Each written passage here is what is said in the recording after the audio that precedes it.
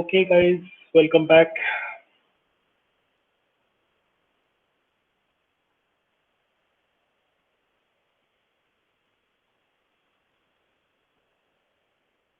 All right, so let's begin. I see that the critical mass is here and the time that they are supposed to be. I have also spoken to Professor Biju, okay, and he has told me that he never goes beyond 11:53, which means you still have 7 minutes after he finishes to migrate to this classroom. So, so what I'm going to do from today onward is that I'll start at 12. I'm not going to wait for the critical mass to come. Okay. All right. As I said, and this keeps getting deferred, but not anymore, that we are going to talk about rank nullity theorem. Okay. All right. We did talk about it, just talked about it, right? I mean, we really didn't see why this, theorem could be, true. So this is our first serious attempt at proving a very fundamental result. Okay. And you have already seen the implications of such result. Okay, so it's a very fundamental result. Okay.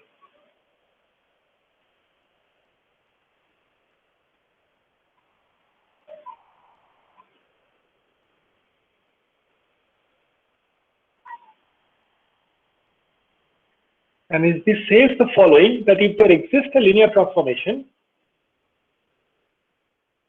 from one vector space to another vector space, and that the dimension of the vector space V is finite, then what you have is dimension of V equal to nullity of the linear transformation, which is nothing but the dimension of the null space of T plus rank of the linear transformation, which is nothing but the dimension of range of T, right? So this is dimension of null of T, and this is dimension of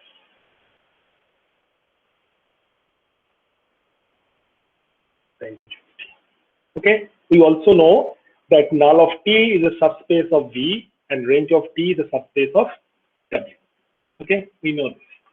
Now, one of the implications that we already discussed is that if it so happens that your dimension of V is greater than the dimension of W, then the linear transformation that exists between the two vector spaces V and W cannot be injective or one-to-one, right? We have shown this, and we have also seen the implications of such a result, which is that if there exists a homogeneous system of equations, then if the linear map is not injective, what it implies that such system of homogeneous equations has a non-trivial solution or a zero solution. Okay. We have also seen one example which verifies the rank nullity theorem. I did, work out a 4x4 matrix induced by a linear transformation. So now time for some serious stuff, like why in general, for any matrices induced by the linear transformation defined in such a vector space, why the result holds. Okay. All right.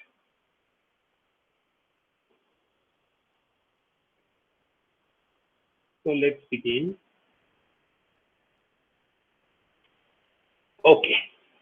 So we have a linear transformation, right? And please recall the properties of linear transformation, which is if I take an element or a vector from this vector space, apply this linear map, the image of the linear transformation resides in the vector space W, right? It has to be an element of the vector space W, right? Okay. And the set of such images is called the range of the linear transformation, correct? Now, what we know is that the dimension of V is finite. Okay, so we know that dimension of V is finite. So this is a useful result for us. Okay, we also know that nullity or null space of T is a subspace of V, right? Okay. So let's begin from there. So we know that null of T is a subspace of V, right? We know that. So what does this imply?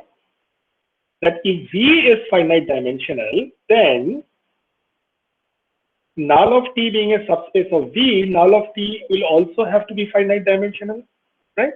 Okay. So this implies that the dimension of null of T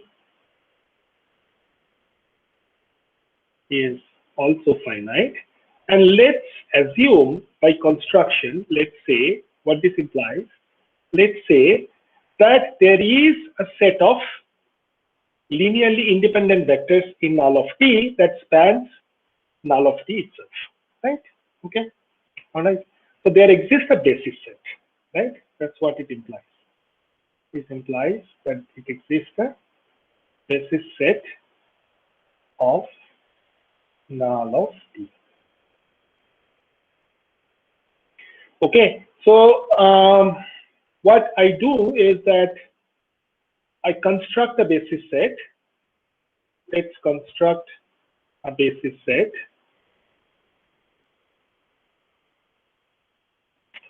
Construct such basis.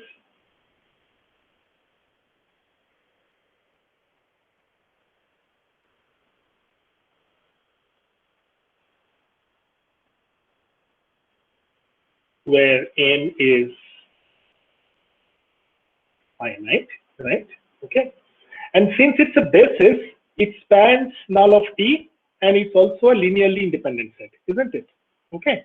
Now, therefore, what I can say is by such construction, I have assigned the dimension of null of T as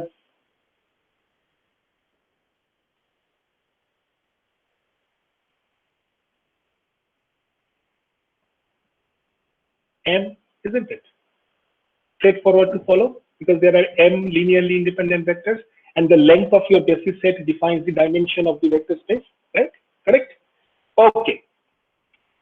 Now, what else? Please also keep in mind that this particular result is very important, right? That null of T is a subspace of V. Now, since V is a finite dimensional subspace, V also has a basis, correct?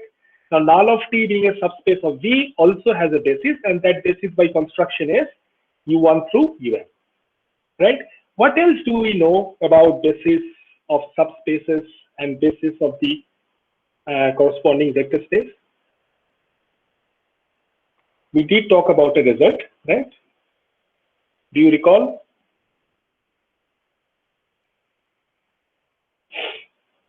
Anyone?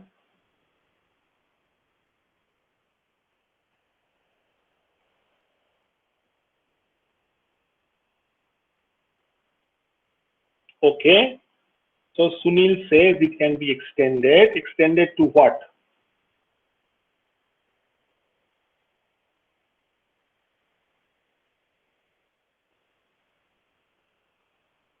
Okay. So there is a thing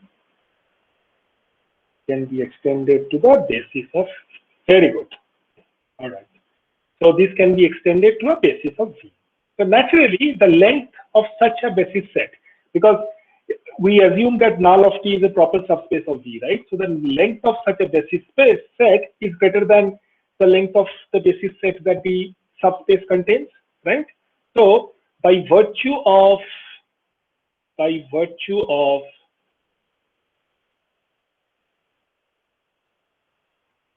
extension of basis,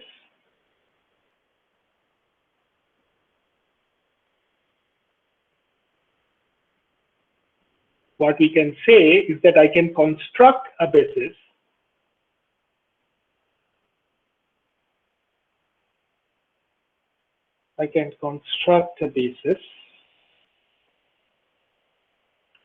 of a vector space V as basically an extension of this basis vectors, right?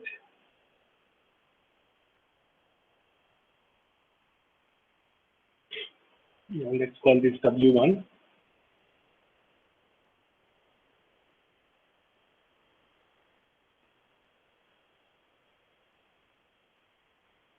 Wn, where n is also a finite. Okay, all right. So what I have done is that I have constructed a basis, and since null of T is a subspace of V, the basis set that is contained in null of T has also needs to be contained in the general basis set of V, right? Now, how many vectors do we have here? Because since this is a basis, this set of vectors is also linearly independent, right? So how many vectors do we have here? M plus n, correct? So the number of vectors that we have here is that it's m plus n linearly independent vectors, right?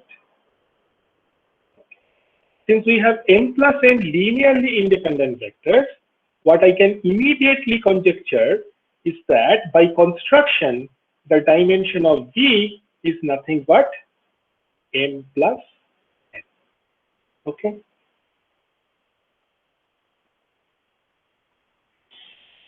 All right.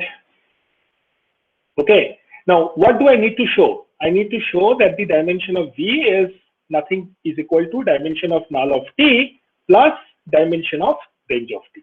And by construction, I assume that the dimension of null of T is M and the dimension of V is M plus N. So therefore, what I need to show is the following.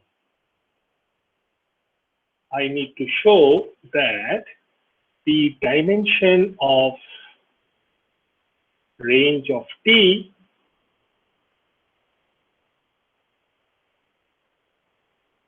is N, right? This is what I need to show, correct? Now, I won't be able to compute the dimension of any vector space, or for that matter, its subspace, unless I show that the basis set that particular vector space contains is actually a spanning set and also linearly independent, right? So I now need to figure out whether I have the luxury of having such a basis set in the range of T. Okay, all right. So this implies the following, that I need to show that range of T is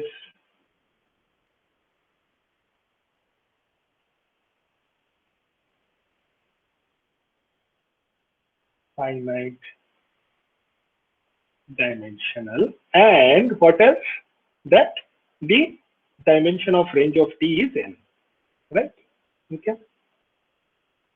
Dimension of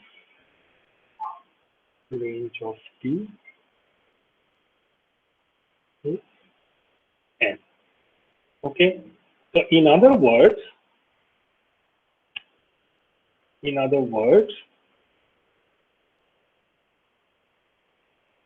this implies that these guys, TW1 through TWN, is a set of vectors that span the range of T and also is a set of linearly independent.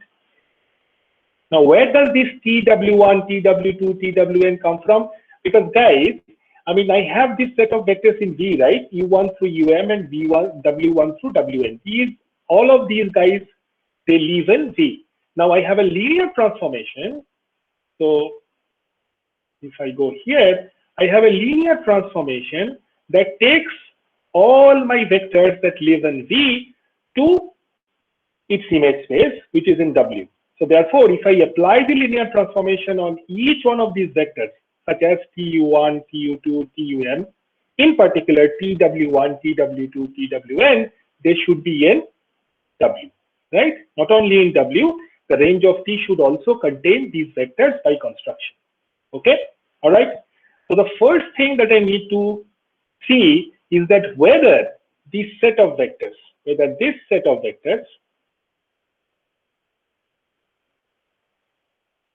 spans range of T. That's the first thing that I need to see. Okay, all right. So keep this noted. Sir, Yes. Yes. W1, W2 till Wn is part of the basis of V, right? Yeah. Yeah. So I mean, they are part of the basis of V, but they also are vectors in V, right? And since you are applying a linear transformation from a vector space V to W, what you are doing by that linear transformation is that you are constructing images of all the vectors in V to W, right? So therefore, I mean, if W1 through Wn are in V, TW1, TW2, all the way up to TWN should be in W as well. I mean, this is not trivial, but we have to show this. Okay, all right. Sir, Yeah, sir, we first showed that we have U1 till UM, which is a basis of the that- null space of T. Okay, and then we added n vectors W1 through n, where Wi is the basis of V. But what's the guarantee that Ui not equal to Wj? Wi is not a basis of V. See the whole thing, U1 through UM and then W1 through WM, this whole set is the basis of V.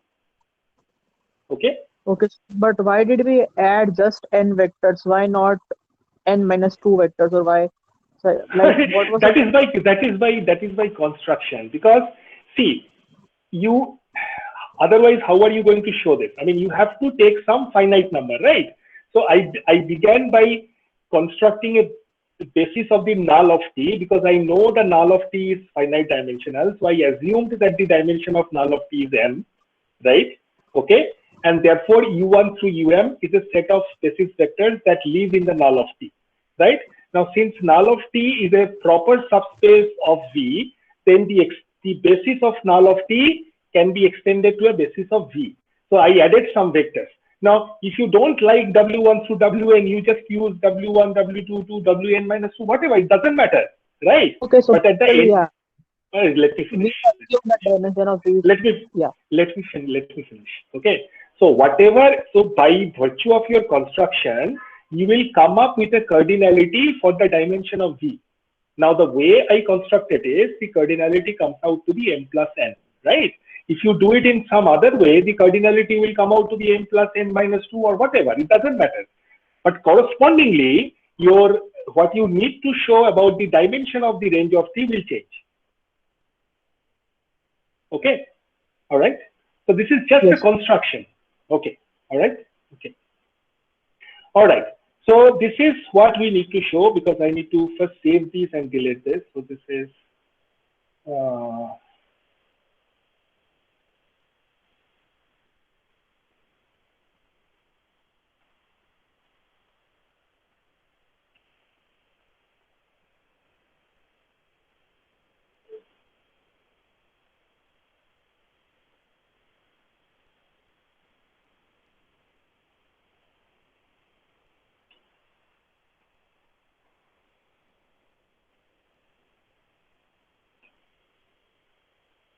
okay.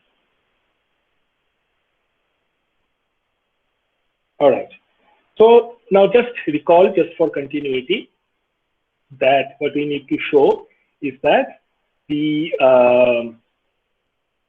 you know, TW1, oops,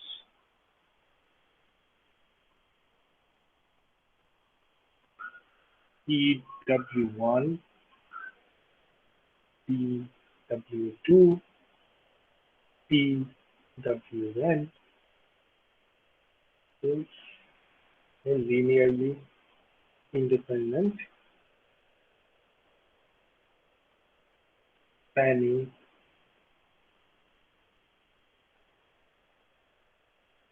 set of range of.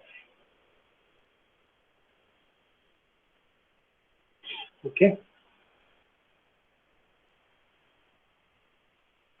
Now, what do I know about the original vector? I mean, the vector space V. I know that V1. I mean, by construction, V1 through Vm, and then W1 through Wn is a basis of V. Please keep in mind that your linear transformation goes from V to W. Okay, and now let's just take one vector V, which belongs to the vector space V. Okay, all right. Now, by virtue of the definition of basis, because basis also has to be a spanning set, right? So when I say V1 through Vm, W1 to Wn is the basis of V, I imply that this whole set is also a spanning set of V, which means what? Any vector that you take in the vector space V, in this case small v, can be written as a linear combination of all the vectors in the spanning set, right? Okay, so let's do that. Okay, so we do this A1 V1 plus A2 V2 plus AM VM plus V1 W1 V2 W2 all the way up to Bn W. This is clear, right? Because I mean, that's from the definition of span I have previously shown you. Like if I have, let's say 1, 0 and 0, 1 as the basis vector of the vector space R2, then any vector that you take in R2 can be represented as a linear combination of these two. Like for example, 5, 6. 5, 6 is nothing but 5 times 1, 0 plus 6 times 0, 1, right? Okay. Okay. So therefore, now we have this. We also know that T is a linear transformation in V, and that takes its image to W. Now what we know is that this small v is in V. So therefore, there is a legitimate operation when we operate the linear transformation T on this small vector V, right? One vector, right? So therefore, what I can do is E of V. I'll just apply the linear transformation on both sides, correct? So A1 V1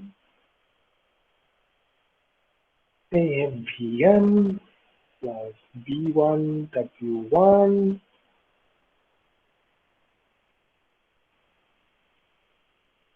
okay, I can do that, right?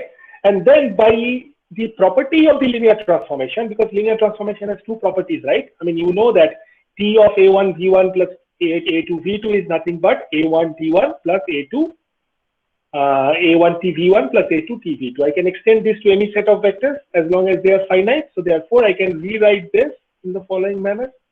Like I can write this maybe, sorry, I'll just, probably there is no need to.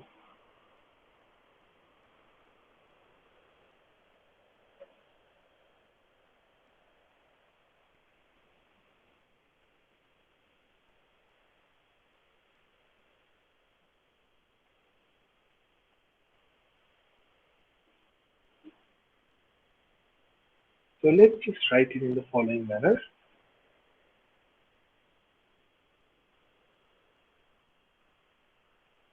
I can split this up, right? Because it's a linear transformation.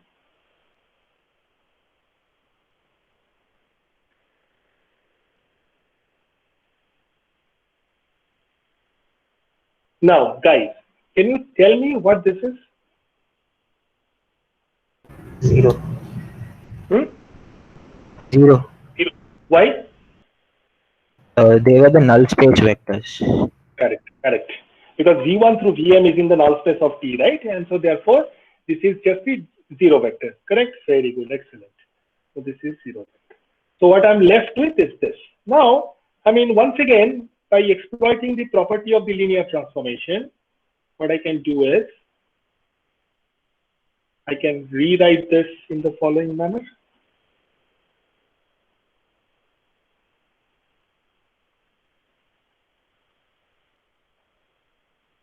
Now, just look at this carefully. What is this?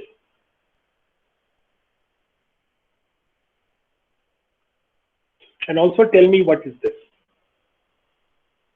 For any vector V in vector space V, T of V is nothing but the range of T, isn't it? Isn't it the way you define the range of T? Right? Yes or no? This is the definition of range of T, right? I mean, for any vector v,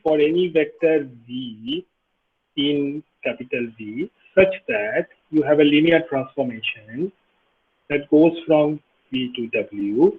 So this guy T of V is nothing but the range of T, right? This is nothing but the range of T. This is the definition of range of T, correct? Okay, so the left hand side is nothing but the range of T. What is the right hand side? What is the right hand side?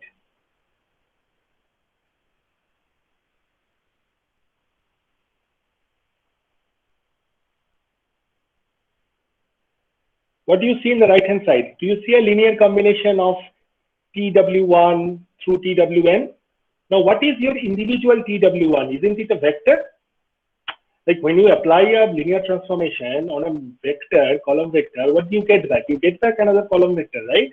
So what is TW1? TW1 is in where? Where does it stay? TW1 is part of W, right? Similarly, TW2 all the way up to TWN, these are all vectors in W, right? Okay, right? Now, more importantly, what I want to show is that since your left hand side is range of T, and this range of T is equal to a linear combination of these vectors, I mean, can I not say that this list TW1, this list, if I take a list TW1 all the way up to TWN, this list spans range of T, correct? Okay, because the left hand side is range of T, or for that matter, any vector that belongs to the range of T. So this is nothing but a spanning list of range of T, correct? Okay. Okay, so what we see is, because we know that we have constructed that n is finite, so therefore we have a finite set of vectors which spans the range of T, correct? Okay, all right. But please also note that this is just a spanning list. This is just a spanning list. This is just a spanning list of range of T. We do not know whether yet, we do not know yet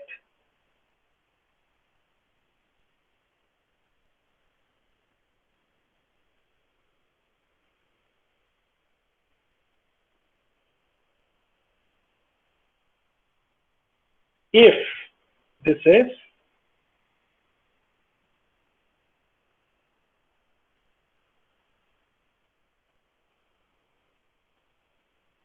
linearly independent.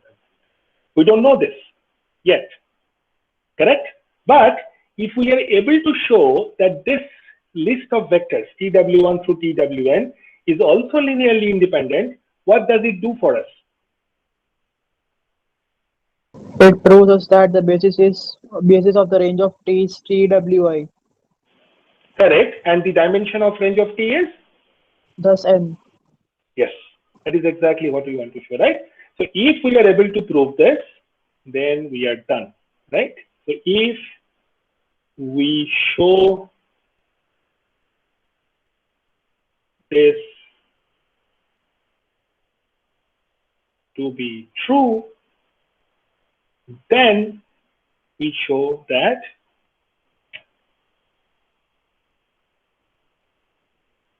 the dimension of range of T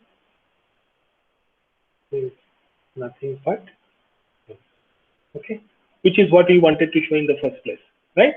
Okay, so let me save this first.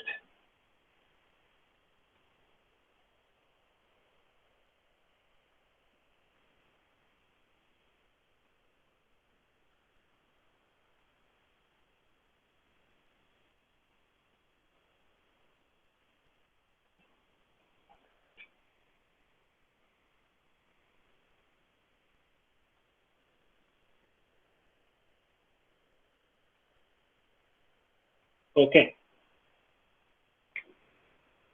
Now, so therefore, Now the task, the remaining task is this. The remaining task is this.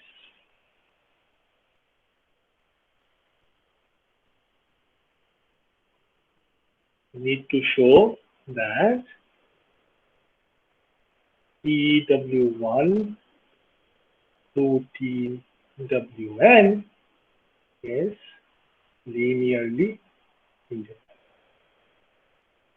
Okay, all right? Okay. So how do we do that?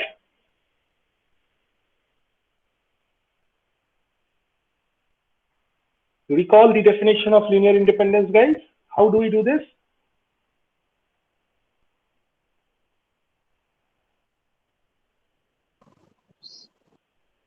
We set it set the definition to 0. Right. So we must have a set of scalars, correct? Okay. And if we cook up a linear combination of these vectors, set it equal to 0, that must imply that those scalars are also identically 0. So this is what we need to show, right? Okay. All right. So therefore, this implies that there exists a set of scalars, Pi, drawn from the set of real numbers, such that,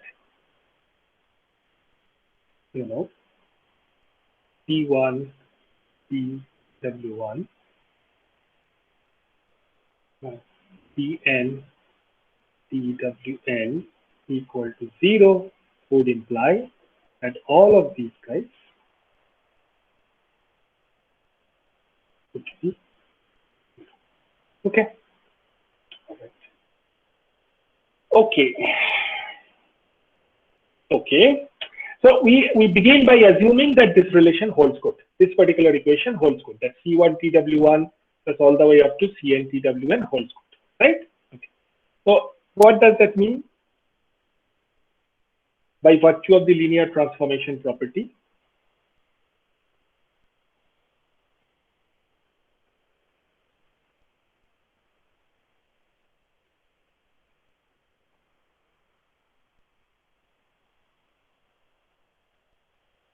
correct? I can write this, correct? Yeah? Yes. Yes.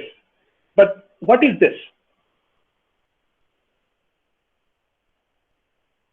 What is the left hand side? I mean, what is this in general? This would imply C1W1 plus dot dot CMWM will belong to the null space of T. Correct. Correct. Very good.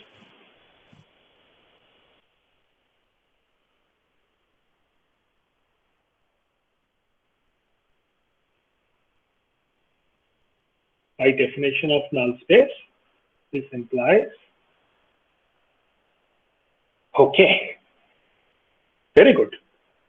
Guys, can you recall, I mean, just from today's class itself, I mean, what else is there in the null of T? Zero itself. Hmm? Zero vector itself. No, other than that.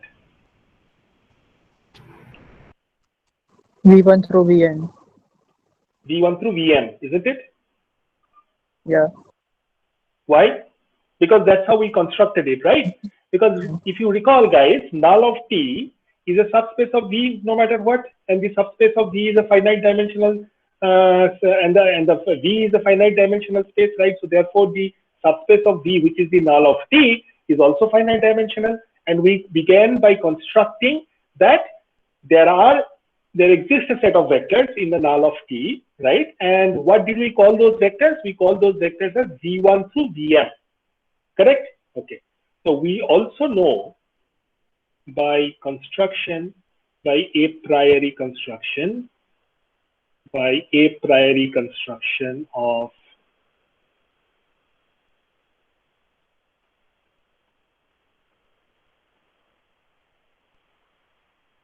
null of T, we know that there exists a set of vectors V1 through Vm that is also in the null of Okay, all right. So what do we know now? We know that W1 through Wn is in null of T, right? And V1 through Vm is also in null of T. Okay, I am not getting into whether m is greater than n or less than n or equal to n, doesn't matter. But by what I have done so far, I have a set of vectors W1 through Wn, which is in null of T. I have a set of vectors V1 through Vm, which is also in null of T. I also know that null of T is finite dimensional. And I also know that these two vectors, V1 through Vn and W1 through Wn, also span null of T, right?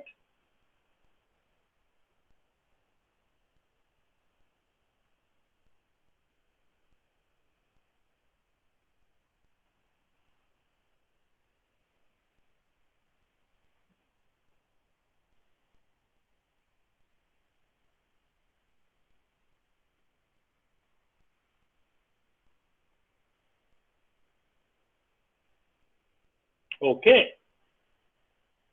So, Sir, how did we write W1 to Wn spans T? I mean, for all we know, the linear combination spans null of T. no. See, this C1 through C, see, by definition of the null space, C1 W1 plus Cn Wn, right, it belongs to null of T, right? By the definition of null of T. Now, what is Correct. C1 W1? What is C1 W1 plus Cn Wn? Isn't this a linear combination of all the vectors W1 through Wn? It is, but we Yes. can only do the implication, right? That if W1 No. to W1 spans null of T, then C1 W1 till Cn W1 No, will no, belong no, to no, null. no, no, no, no, no, no, no, no, right. Look, if you are able to write a linear combination of a vector, right, linear combination of a set of vectors, and if you know that the linear combination exists in that vector space, then those individual vectors also must exist. Otherwise, the linear combination cannot exist.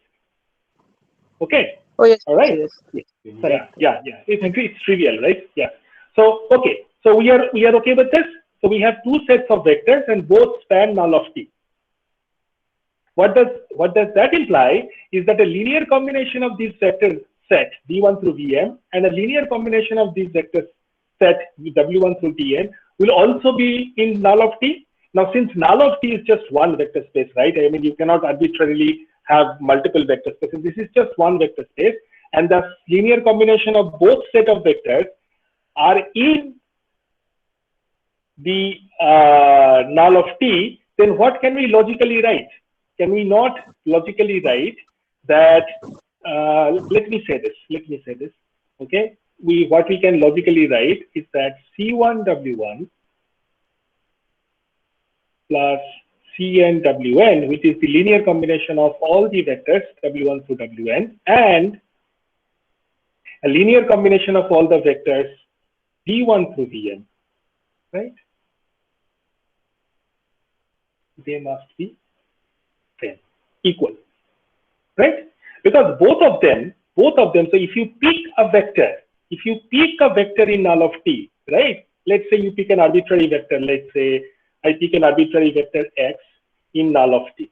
Now, by virtue of this spanning list, this X vector can be represented as X is equal to C1 W1 all the way up to Cn Wn, and that same X should also be represented by D1 V1 all the way up to Dm Vn, right? So therefore, since X is equal to both of these, so both of these guys have to be equal to each other. Okay? All right. Now, having said that, there is a little bit of algebra that is left, which is just come on, I don't know what that is. Anyway, so I write this up in the following manner.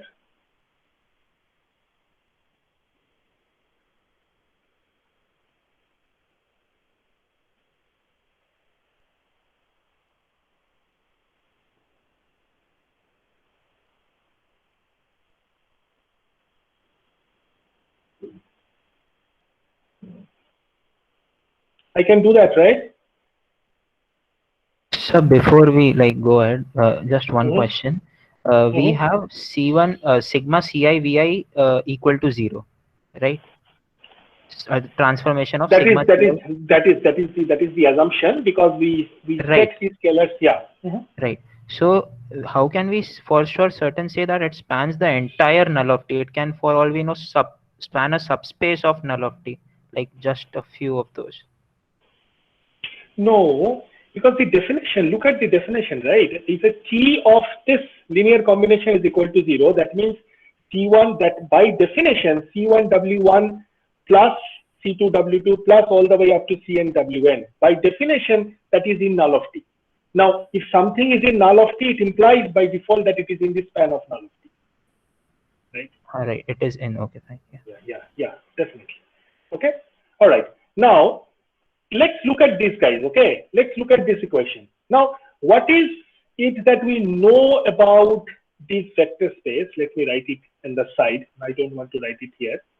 What is it that we know about these vectors, set of vectors, V1 through Vm, W1 through Wn? Do you recall where we have seen this collection of vectors before? In today's class, obviously. Basis of Basis of? V, I guess. Correct. By construction, this was the basis of V, right? So if these were the basis of V, what do we know about this whole set of vectors? Or what do we know about these scalars? Independent, and they must span entire They V. must be independent, right? They must be independent, right? So this implies that this set of vectors, the whole set of vectors, mind you, V1 through Vm all the way up to W1 through Wn, this whole set of vectors must be linearly independent. And if this whole set of vectors is linearly independent, what do we know about their scalars, these scalars? Ci and Di all are 0.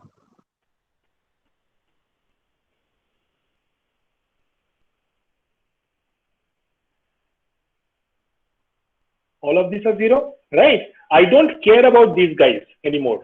What do I care about? I really don't care about these guys. But what do I care about? I want that these guys are 0 identically, right?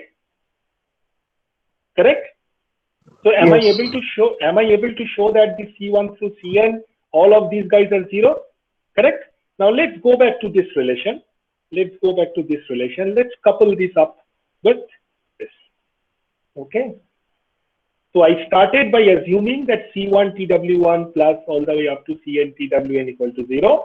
I needed to show that the C1 through Cn are all 0, and that is exactly what I have been able to do. And this implies what? That TW1 through TWN is a set of linearly independent vectors. And we have already shown that this set of linearly independent vectors also spans range of T. And therefore, the dimension of range of T has to be equal to n. Bingo. Okay, all right, and that's it. We go back to our rank nullity theorem. By construction, the dimension of null space of T was m. Now we have shown that the dimension of range of T is n, and so therefore the dimension of the vector space V is n plus n. Okay, and there you go, your proof of rank nullity theorem. Let me save this, and then I'll come show you a small example.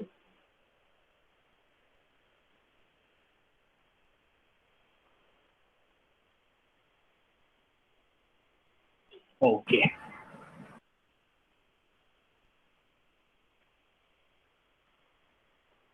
Okay. So let me take an example. This is an interesting example. I think, where did it go? Yeah. Okay. So as I said, there is one implication. I don't think I have the time, but I will do it in the next class, which is the revision class. Okay. So the next class is the revision class. Your test is on 11th. Okay, which is on a Friday. So I'll do that other example in the revision class. Just remind me. Okay.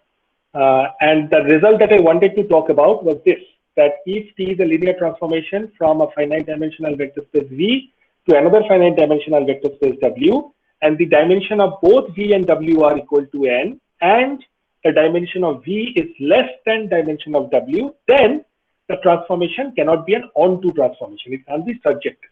I won't do that now because I don't want to do two proofs in one class. So let's just, take an example. Okay. So here I have a linear transformation from F4 to F2. Well, F is just a complex vector space. Okay. So which means you can draw the elements from a set of complex numbers. F is a complex vector space. Okay. All right. And null of T is given to be this.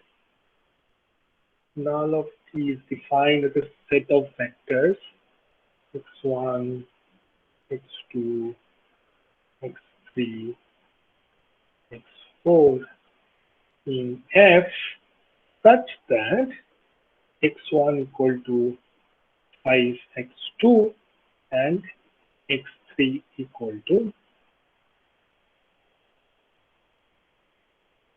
7x4. Okay. All right. My question is T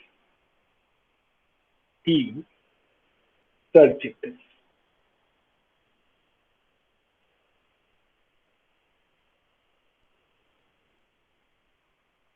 It's just the same definition as an onto function, which you are familiar with, right?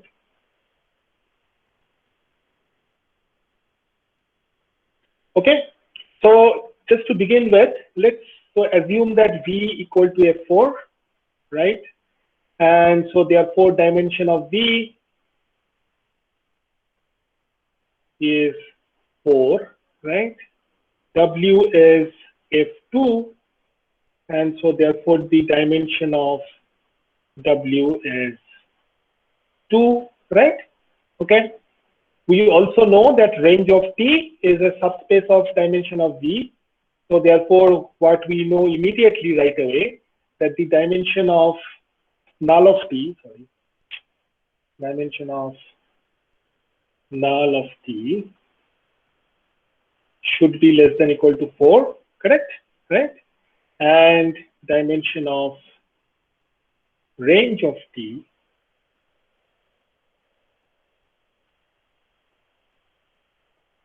must be less than equal to 2, right? Because range of T is a subspace of W. Okay. Now, in order to show that T is onto, what do I exactly need to show, guys?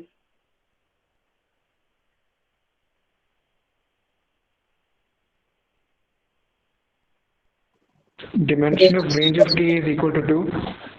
Exactly. So what I need to show is that the dimension of range of T is exactly equal to 2. Okay. All right. How do I show that? It's easy, right? I first find out the dimension of the null of T, right? So what is null of T? So any vector, null of T is typically represented by this guy, right? And x1, x2, a quadruple, x3, x4 belongs to null of T, right? Which means that I know x1 is 5x2, right? So x1 is 5x2, x2. I also know that x3 is 7x4, right? So I just plug it in. Okay. Now, so this original set of vector representation is null of T can now be rewritten in the following manner: x2 times 5, 1, 0, 0 plus x4 times 0, 0, 7, 1. Isn't it? Right? So, I mean, so therefore, I mean, these two vectors, 5, 1, 0, 0 and 0, 0, 7, 1, these two vectors combined, does it span the null of T? Yeah, it does. Sure, right? Right? It spans. Also, are these two guys linearly independent of each other? It's easy to check visually because the non-zero numbers are shifted. Correct? So this is not only a spanning set, this is also linearly independent. So therefore, 5100 and 0071 form a basis of null space. yes, form a basis of null of T. And therefore, the dimension of null of T is equal to what? 2, right? Okay. What do we know about from the rank nullity theorem? From the rank nullity theorem, we know that the dimension of V, which is 4 here, right, is equal to dimension of null of T plus dimension of range of T, right? Now, since this is 4 and this is 2, I already know this. What is the dimension of range of T? It is also 2. And therefore, T is surjective.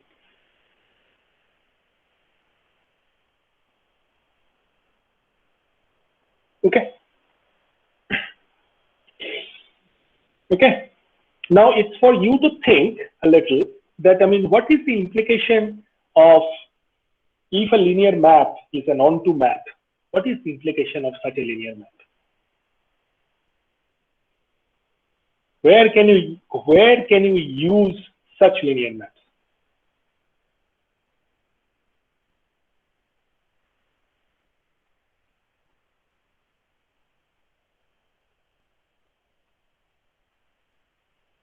Are you asking Any practical applications?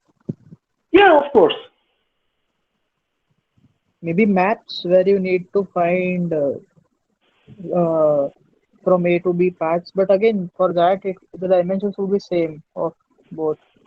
No, I mean, I have given you examples from systems of equations, right? Solving systems of equations. Do you think if this particular result, if a linear transformation is onto, has any implication in solving systems of equations?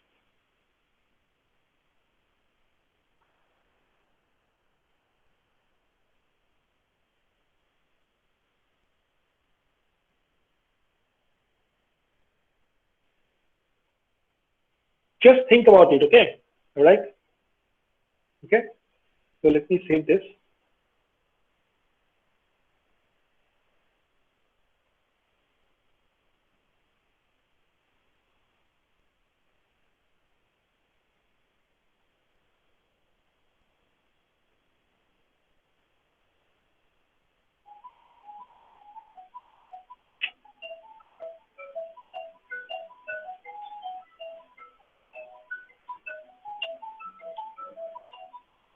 Sorry about this.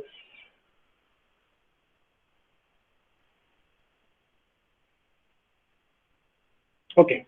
Now, since we are talking about dimensions and we have, shown an interesting result about dimensions, right? I mean, let's say I have a vector space V. Okay. And I have two subspaces of V.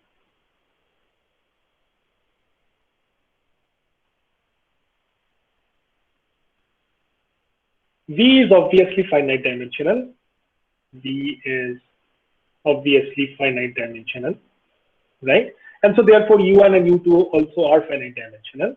And there is a very interesting result, and I will not have the time to prove this, and I'm not intending to prove this for the first test. We will get to this when we come back after the test, right? An interesting result, and you should not be surprised by looking at this result, because something very similar with subsets you probably have seen.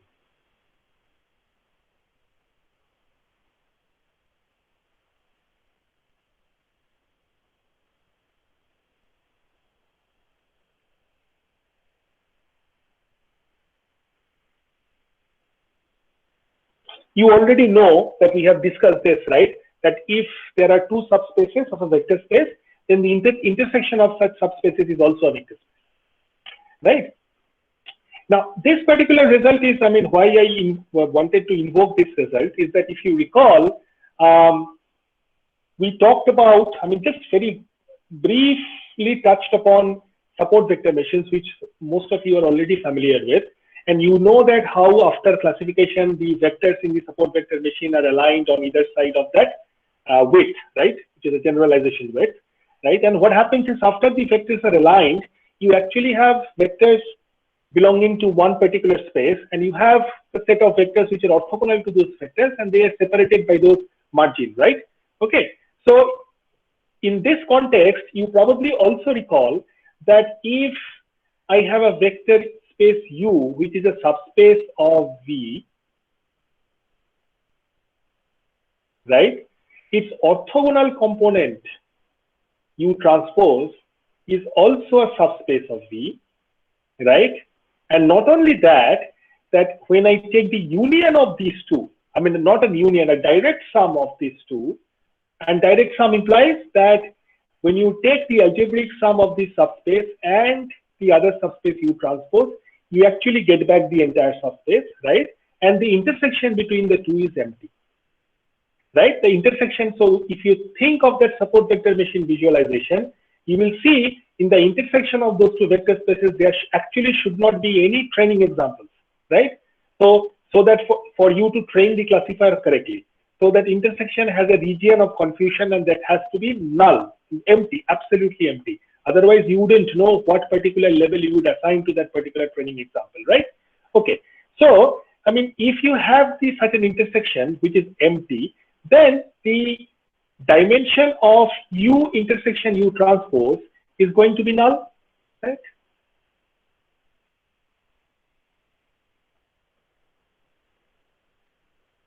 Or zero, because the U intersection U transpose is null, right? And so therefore we have a nice result which says that the dimension of U plus U transpose, which means not transpose, this is a vector space U and its orthogonal complement, is nothing but the dimension of the vector space U plus the dimension of its orthogonal complement. This particular result is in fact used to show that there is a particular VC dimension in support vector machine that you can achieve, you know, when you project training examples from a lower dimensional vector space to a higher dimensional vector. So one of the implications of this particular result. But I mean, if this, I mean, this particular result is uncannily familiar with something that we have seen in subsets, right? I mean, cardinality of subsets. When you take the union of two subsets, and that union of two subsets, the cardinality of the union of two subsets, isn't it equal to the cardinality of the first subset plus the cardinality of the second subset minus the cardinality of the intersection of those two subsets? You probably have seen this result earlier, right? This is very, very similar in the structure and the way it looks like and the way we interpret this. Okay. All right, guys. So I think, I mean, we have covered the material that is required. Very briefly, I'll tell you what you should expect for the test, which is on 11th. Okay. I do expect that you understand the basis of a vector space, subspace, dimension, span, linear independence, right? Null space, range of T, right? When is a linear transformation 1-to-1? When is a linear transformation onto, right? Okay. What is an eigenvalue of a linear transformation? What does it represent? Okay. All right. So the founding principles of vector spaces and the fundamental theorems that I proved today, the rank nullity theorem and its implications. I have already uploaded a set of review material to a classroom folder. So go through it. And if you have additional questions, ask. Also in the next class, we are going to talk about the division. Okay. All right. We are going to talk about the material that you should actually read in order to prepare for the test. Yes. Nachiket. Yeah. Yeah. So is a test open book or is it closed Open book. It's open book. And we have to type or we can write it on paper? You haven't seen my notice on the classroom. It's a multiple choice. Oh, sorry, I didn't receive the notification. My bad. Yeah. No, you should. I mean, it's there. I mean, on the stream, right? I mean, in fact, do you see my screen? Yeah, I see your screen. Yeah, they have a notification.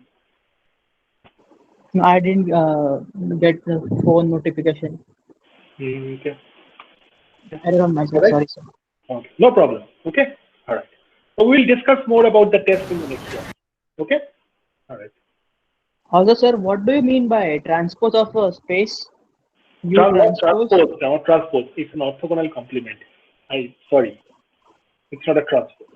It's an orthogonal complement, but it is represented that way. Okay. Sir, I have a doubt in RT3. RT3. Okay.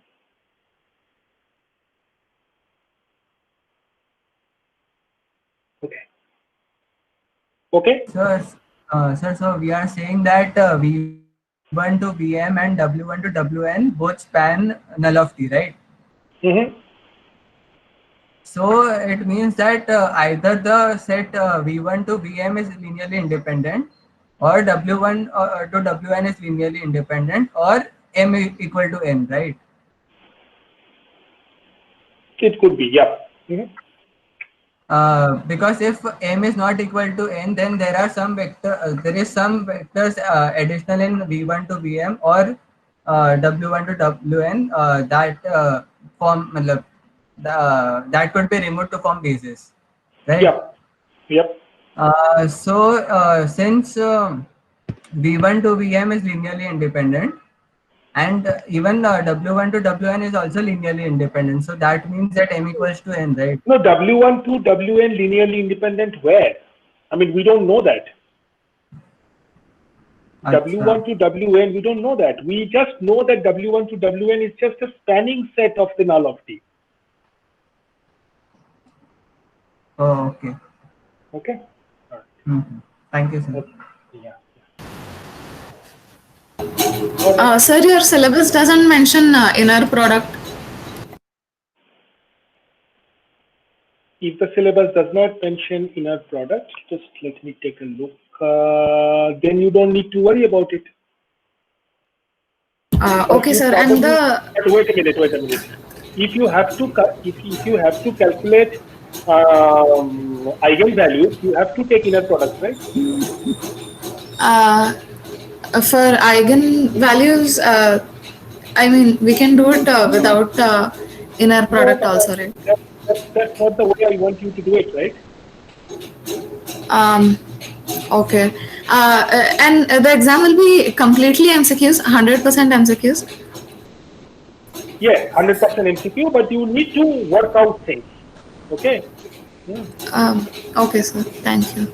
Yeah.